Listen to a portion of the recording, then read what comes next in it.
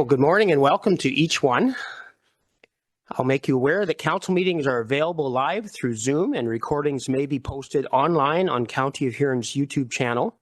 You may be seen and or heard as part of these broadcasts, and your name, comments, and or presentation materials will become part of the public record.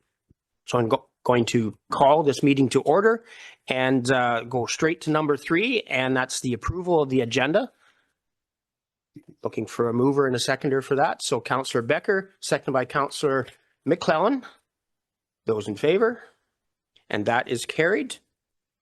Is there any pecuniary interest to declare at this time?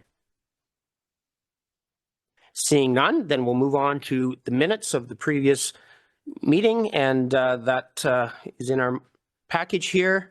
So is there someone willing to move the minutes? So that's past Ward McNeil, and Councillor Anderson would second that. Any errors or omissions? Seeing none, those in favor? The minutes are adopted. And under delegations and presentations, we have Ben Van Dieten from the Maitland Valley Conservation Authority. Ben, welcome to the podium, and you're going to be sharing with us an update on the Huron Clean Water Project. So whenever you're ready, Ben, go ahead. Yes, okay. Hopefully this is working. Everyone can hear me well enough. Alrighty, yes, I'm Ben Van Dieten with Maitland Valley Conservation Authority, and I'm going to be speaking to Huron Clean Water. So if we can begin the slides there. Just a bit of a background. The program was launched in 2004, and the first projects started coming in 2005. So we're in our 21st year this year. It's a voluntary program to provide funding and technical assistance to landowners, community groups, and municipalities to do best management projects on their properties. The funding is primarily provided by the County of Huron, but we always try to leverage it with provincial or federal funding where applicable. It's delivered by Sauble Bayfield and Maitland Valley Conservation Authorities. Last year, the review committee consisted of Jamie Heffer, Jim Dietrich, representing Huron County Council, Jack Krause representing the farmer community, and Joy Rutherford as a community rep. This year, Councillor McClellan is going to be joining as replacing Jim Heffer representing the county. And we met 5 times last year to review projects. Next slide, please. So since the beginning, there's a lot of stats there, but we've had over 4,000 projects completed through this program. Which equals about $16.6 million in total project value. So that's the county grants, which it has been $4.7 million, paired with the landowner contribution and the provincial and federal contributions as well. So there's been a lot of projects completed. Over 430 wells have been upgraded, 630 wells decommissioned, 50,000 acres of cover crops, over 1,000 tree planting projects, over 300 erosion control projects, and 116 liquid manure storages that have been decommissioned through this program. Next slide, please. So just a snapshot from last year. In total, we reviewed 283 projects that folks applied for, and of those, 275 were approved and 8 were denied. So with the $500,000 allocation from the county, we approved $395,000 in grants. Of those $395,000 grants that were approved, that is totaling total project value of over $1.1 million just from last year. So that's roughly a 3-to-1 matching of the county dollars going towards this program. Some of the more popular categories from last year were cover crops. We had 137 cover crop projects approved, and that's just over 7,000 acres of cover crops. 81 tree planting projects, 6 erosion control, and 11 forest management plan projects. Next slide, please. So we pride ourselves in our delivery model that we've come to, and it's really the Conservation Authority staff act as a one-stop shop. So what that means is we will help landowners navigate any permitting requirements for their projects. If it's a wetland construction in various areas that they have to manage the conservation regulations or zoning bylaw regulations, we help navigate that. We also, as mentioned earlier, try to source as much federal and provincial funding as possible to help offset the costs that the landowner have to contribute. One thing we do as well with landowners is we try to connect them with community groups and school groups that are looking for volunteer hours for, and typically that is community tree planting projects. And that's a great way to kind of bridge that divide between the landowners and the community groups. Yeah, I think that's it for that slide. Thank you. So last year we celebrated our 20th anniversary of the Huron Clean Water Project, which is a major milestone. One of the things we did was a bus tour with Sustainable Huron and Water Protection Steering Committee. I believe some of you were on that tour. And it was great to have people come out and see past successful projects, whether that was forest rehabilitation after the Goderich tornado or wetland construction, wetland rehabilitation. We were also able to attend several local events that were new to us. One being pictured there is the Eat Local Huron Farm Crawl that we had a booth at, as well as the Goderich Farm Show last year, which it was its first year last year, and we're attending this year again, and now it's called the Midwestern Ontario Farm Show. Lastly, on the picture to the right, we developed some roadside signage to place along some major roadways to showcase successful past projects so that people can drive by and know the county funded that, and they can get in touch with us if they want to do a project similar to that on their properties. Next slide, please. So I wanted to highlight the forest management plan category. So this is a funding category that will allow landowners, help landowners to have a registered professional forester come on their property and assess their woodlot with the mindset of a sustainable harvest. And so pictured on the right, it's a little hard to see, but that was an ash woodlot that had experienced significant ash die-off, and there was several different invasive species coming in and invading that woodlot. You can see in the picture there. So the landowner was able to apply to Huron Clean Water, get a grant, and have a registered professional forester come out, create a plan on how to tackle that over several years. We're always trying to promote this category as much as possible. So one example, last year we had a targeted ad in the Rural Voice. And that has been very helpful because I've actually had a few calls already directly referencing that ad that they saw in the Rural Voice. Just for some context, we had 11 forest management plans last year, which was forest management plans for 177 acres of woodlots in Huron County. And that was just about 5% of the budget. So it's a pretty lean way to cover those 177 acres of bush lots. Next slide, please. I also wanted to highlight the invasive species management projects that have been occurring through this program, particularly targeting Phragmites, which is known as one of Canada's worst invasive species. You can see there it is quite an aggressive water-loving species, and it's been known to plug municipal drains, tiles, roadside ditches. So the program will offer funding to come in and spray that invasive species on your property.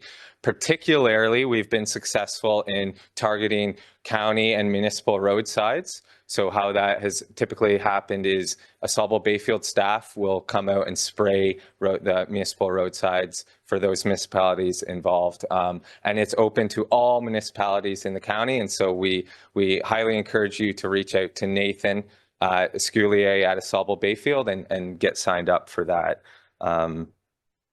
Huron County has definitely been a leader in Phragmites control because If you travel to elsewhere in the province, you can see roadside ditches full of this weed, and it's not the case in Huron County, even though we are facing that pressure.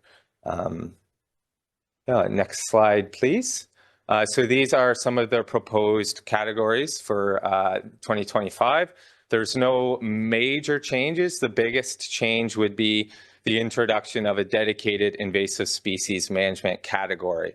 So historically, we had funded those practices under rural stormwater management for the Phragmites, or forest management plans for buckthorn or more forest-related invasive species. So we've pulled those out and put them in its own dedicated category so that it's more obvious that we do offer funding for those practices. And I think it's the last slide. So I just want to thank the county for continuing to support this program. It's really an honor for myself to help deliver such an impactful program. Yeah, I'm happy to take any questions. Thank you, Ben. I'm going to go to council if there's any questions or comments to relate to Ben. Councillor Becker. Thank you, Mr. Warden. And thanks, Ben, for your presentation. How do we compare, or how do other conservation areas compare to what we're doing here in Huron County? Yeah, great question. Huron County is certainly a leader in offering stewardship dollars from the county level. There's there's a few other county programs. So there's Wellington County offers funding as well. And Middlesex offers, but nowhere near the extent that Huron County does. Perth County has seen what we're doing in Huron and has just recently started their own stewardship program, sort of mimicking Huron County, which is wonderful to see that Huron County is a leader in this regard. And we have, at our next upcoming meeting, we have a whole delegation coming from Lambton County that want to see how we're doing it, and they want to start their own program as well. So word's getting out, and Huron County is a leader for certainly. Any other questions? Councillor Harding. To you, Ben, through the warden. We are hearing some rumbling that there is funding being frozen for conservation authorities. Has this dribbled down to your projects, or how are you dealing with this? This has sort of been a long legacy that has been occurring from the provincial level for conservation authorities. For our day-to-day, we're at Maitland Valley, we're pretty lean and have been able to shoulder some of those more drastic changes coming down from the province. With upcoming elections and federal and provincially, we're always cognizant of provincial dollars that may run dry for stewardship projects. So we're always kind of anticipating that and leveraging. If it's not provincial dollars, then it's federal dollars. If it's neither of those, it's Ducks Unlimited, it's Ontario Soil and Crop, it's more private organizations that still want to fund stewardship projects. Another example would be TD Bank has offered funding in the past when we've lost funding elsewhere, or Bruce Power has been another example. So we've leaned on industry in those times of restricted funding. Councillor Dietrich. Thank you, Ben. It's been great working with you. As you can see, there's been a lot of projects brought forward to this committee, and only 8 turned down. So that tells me that staff is doing an excellent job of bringing the projects to us. So thanks again, Ben. No problem. Councillor McClellan. Thank you, Mr. Warden. Yeah, I was just going to add on to what Councillor Harding said about the fees. So I'm on Maitland Valley Conservation Authority, and our fees have been frozen for a while by the provincial government. So we're froze at that. Questions were asked down at Roma to the minister about unfreezing them, and his was a definite no. They're staying as they are. Talking with Phil Beard, our general manager, he said that I think, and Ben maybe could correct me, but I think it's around housing. That's why they're froze and they don't want any more impediments towards housing. So like if we were commenting on something, we can't overcharge for that. So seems to be around that, but yeah, his answer was a definite no, they're staying froze. So Thanks for that clarification. Anything else from councillors for Ben? Ben, I just have a couple comments and want to thank you and the Asabo Bayfield staff being involved in the committee. I know you do tremendous work. And when you start to see numbers that are more than a 3-to-1 return for investments in Huron County, it's a tremendous program. And all the best as you continue that work. And I just want to put one plug out for the rest of County Council that if you are not considering some invasive species action, I think Ben and those slides made it clear that we're there and willing. If you would take that message back to your public works, there's opportunities to deal with Phragmites in a way that we can try and manage it better. So great. Thank you for the presentation, Ben. And I will look for a motion then to receive the report on the Huron Clean Water Project. So that is Past Warden Ginn and Councillor Noel would second that. Those in favor? And that is carried.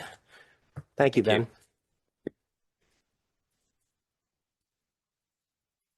Going to go to councillor comments. Is there anything that Councillor Harding, go ahead. This is maybe just a little more for my information than anything else. I just wonder if any of the other mayors have been questioned about this last mile of the internet, the infrastructure that's going in. In Howick Township, they started putting in hydro poles to kind of speed this up.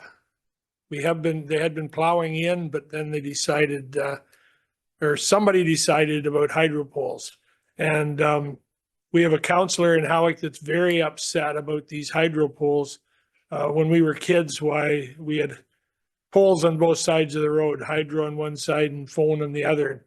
He can't believe we're going backwards here, that we're putting these hydro poles in. And I'm very interested in what the warden says about this, if he has any hydro poles going in his area to get better internet. And all I want to do is comment on that and see if anybody else has run into any of this problem. I believe Councillor Past Warden Ginn would comment to that. Yeah, I do sit on the SWIFT board. The SWIFT projects are all complete. All the fiber has been laid in the ground. So this funding for these projects must be coming from a different program. There's a couple. We get correspondence from the infrastructure minister, so I presume it's. Sorry. Minister of Infrastructure has the person that's we've been kind of dealing with, and this all started without our permission. Like, and I just don't know why they wouldn't come to us and say what they're doing. But anyways, I can try and get that answer for you from our executive director. He's very knowledgeable across all the programs across the province, but it won't be a SWIFT program. I do recall that there was conversations, particularly on the Niagara Escarpment, for burying the cable because it's rock, right, and they were having to blast everything in order just to put the cable underground, and then usually putting it in conduit as well. And I know there was talk about putting it on hydro poles at that point in time. To my knowledge, none of the SWIFT projects have went that route. But like I said, I'm pretty confident that the executive director can get the answer for you. And when I get that answer, I'll maybe forward it on to the clerk, and the clerk can send it out to all of County Council, if that's satisfactory. And then while I'm talking about that, there is a SWIFT 2.0 program that is meant to fill in some of the places that didn't get serviced. It's going to cover any project or any residence up to a cost of $35,000 per premise. So these are pretty isolated areas, but SWIFT is going to look into that. In fact, we've signed an agreement with the province about that. So hopefully we can continue to get those last little holes filled up, but that's kind of my update. I'm not sure if everyone was aware of that or not, but while I'm on the mic, I might as well tell you that. Thank you. Appreciate that. And Councillor Harding? I just want to say that we appreciate that. And when everybody was selling their farms to a segment of the population that does not use internet or any of these things, they might have known that there was going to be some, I don't know what you want to say, controversial ways of filling this void. And you can't go down plowing in cable down 1.25 miles and have nobody to sell it to. Let's put it that way. So this isn't a surprise to me, but it sure caught a few people off guard. And I will respond since you asked me directly, Councillor Harding. Not aware of any polls in our area. Certainly the calls I'm getting are more related to when can I actually get some fiber and get the use of it. So it's ongoing and will be for a while, I believe. So, all right. Any other councillor issues? All right. We do have item 8 on our agenda, which is our consent agenda.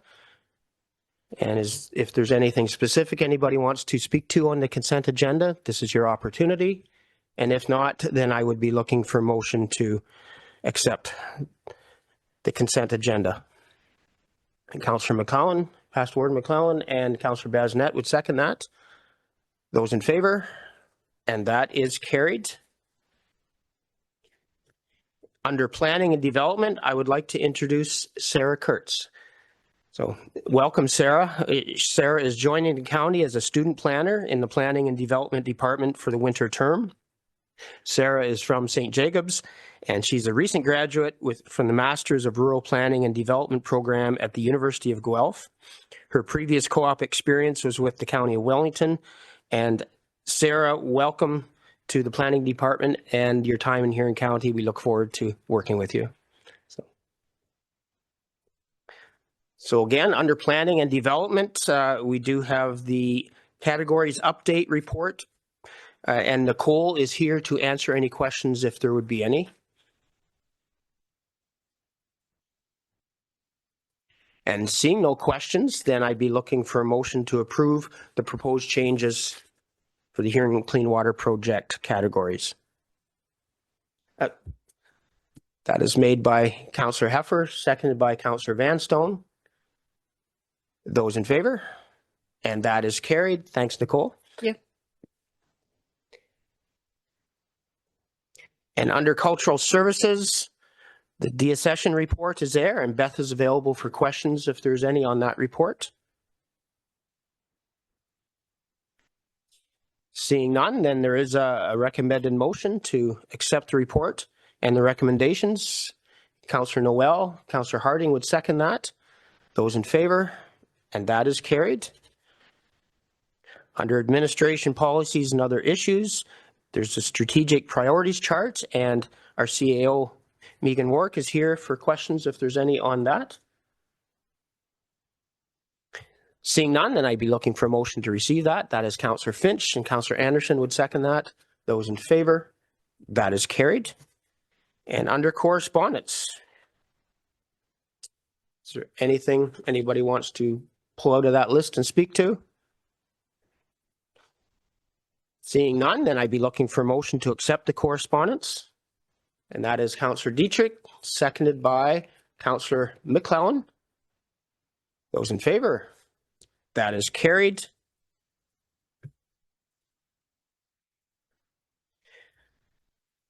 Is there any new or unfinished business? Seeing none, I'm going to go to a notice of motion, and Councillor Klopp, you have a notice of motion, and I'll turn it over to you. Thank you, Mr. Warden. I'll read them, if that's right, I read the notice. Thank you. Whereas the County of Huron Planning Services budget on page 248 and 249 of the 2025 draft budget shows a net operating levy of $1,721,492 to be paid by the property taxes of Huron County. And whereas the 2023 Planning Services levy is $1,661,817 and 2024 Planning Services estimate levy is $1,761,110. And whereas in the county, there are 9 lower tier municipalities, 8 planners, and 2 municipalities sharing 1 planner. And whereas the planner's salary with administration duties in 2024 was between $110,000 and $129,000, including benefits, making the cost of planning services in Huron County to be approximately $880,800 to $1,032,000. And whereas if the planning services were downloaded to the lower tiers, the County of Huron property taxpayers could see between $730,000 and $880,000 savings annually based on the 2024 rates. And whereas with a possible potential savings of this amount in any business of any size, this would not be dismissed out of hand. Therefore, be it resolved that Huron County Council requests the CEO to prepare a report regarding the transferring of planning services to the lower tier. I so move.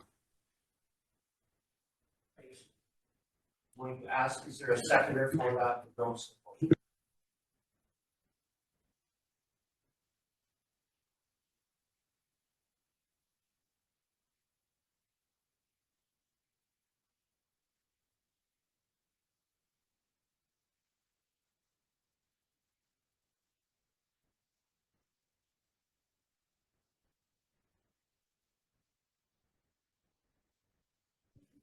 My apologies to all. I did not have my microphone on for that. So thank you, Councillor Klopp and Councillor Vanstone. I believe you would second that notice of motion.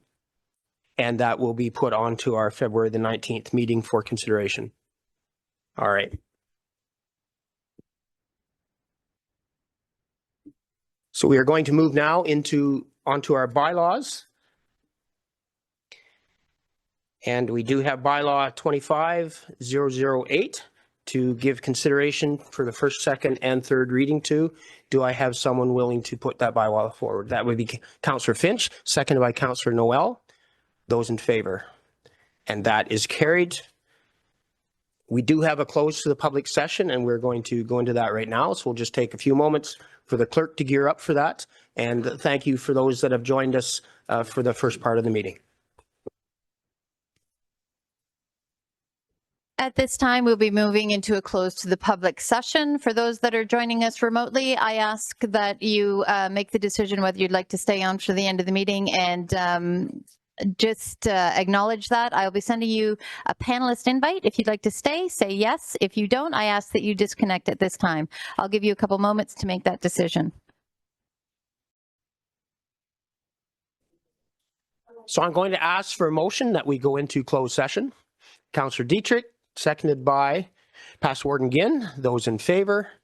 That is carried. We are now in closed session. 2 seconds. I have to get this out. This guy.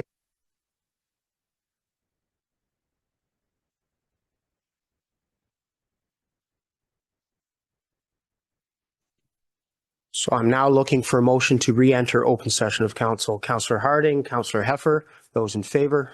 That is carried. And we'll do a rise and report through our CAO, Megan Work. Thank you very much. Through you, Mr. Warden, the purpose of going into closed session today was for council to receive an update from Solicitor Daryl Howerlock on court cases under the Forest Conservation Bylaw. And now I would be looking for a motion for staff to proceed as given direction in closed. Councillor Dietrich, seconded by Councillor McClellan. Those in favor? And that is carried. Make yourself aware of the meetings that are coming up, and especially this time next Wednesday as we go through our budget day. And I'd be looking now for someone willing to confirm our actions for this morning. P. Heffer, Past Warden again, those in favor, that is carried. Who would like to adjourn us? Councillor Dietrich, and Councillor Heffer. Those in favor? That is carried.